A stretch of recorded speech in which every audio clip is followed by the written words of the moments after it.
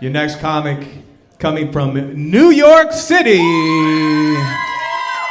Please put your hands together for Jake Quanbeck.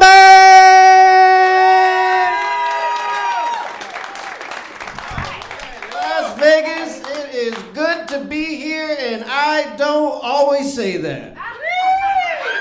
Comedy can be a rough business, folks. I did what we call an audition show the other day, where you perform for a booker.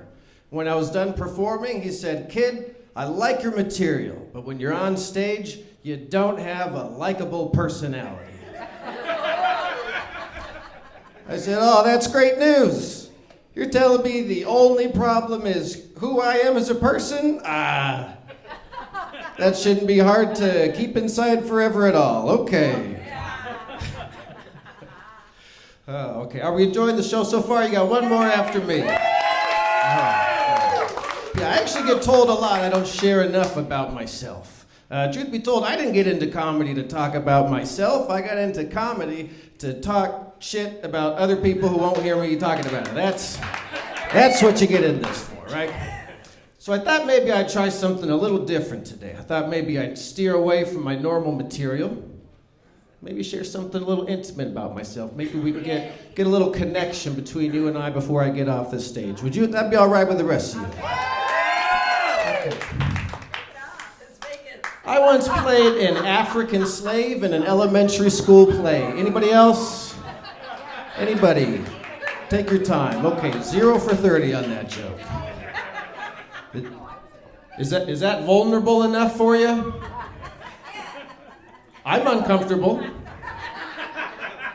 That's pretty embarrassing. You know what's worse than that? I forgot that happened for like 25 years. Completely forgot that happened. The other day, a friend of mine asked me, "Jake, you ever do any acting?" I said, "No, I'm a comic, man. Come on, the only acting I ever did was..." "Oh, good God. You really suppressed the shit out of that one, didn't you?" He said, "You played an African slave?"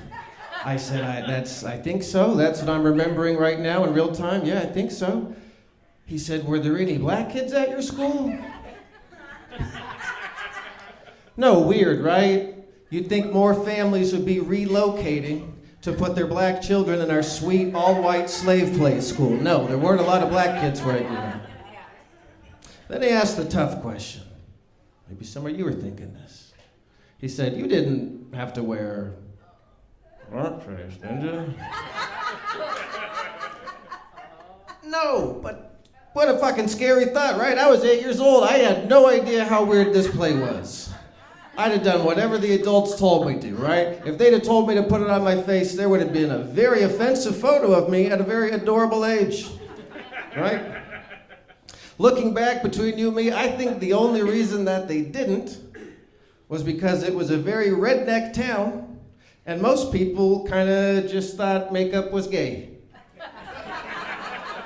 Right? Do you get how weird that is? Like, I don't support homophobia, but thank God for being there when I needed you. Woo, dodged a bullet. For that brief window in time, they were actually too homophobic to be racist. Do you know how white trash your town has to be to say a sentence like that? That's crazy. That's crazy. You know what, this is gonna sound weird, but I actually figured out recently, I was thinking about this. You're gonna think I'm kidding. I figured out why we named it homophobia. Did you ever wonder why it's such a big word? It's like Latin, it's 5 syllables. I cracked the code, I figured it out. We named it homophobia because it would have been too confusing if we named it gayist. Right, follow me here. If you have a problem with other races, what do we call you? A racist. If you have a problem with the opposite sex, what do we call you? A sexist. I think we named it homophobia because it had been too confusing to live in a world where somebody says, "Yeah, you gotta watch out for Carl. He's the gayest around here." You would be sitting up at night trying to figure out, wait, does that mean Carl's anti-gay? Or is he just the most gay? Holy shit, I told that guy go to his barbecue on the weekend. What am I getting into? Rainbow flags, Confederate flags, Drag races, drag queens, I gotta start asking more questions. All right, that's it for me, folks. We got one more. Keep that noise going. Thank you very much. Give it up for Jake Quanbeck, everyone. Jake Quanbeck.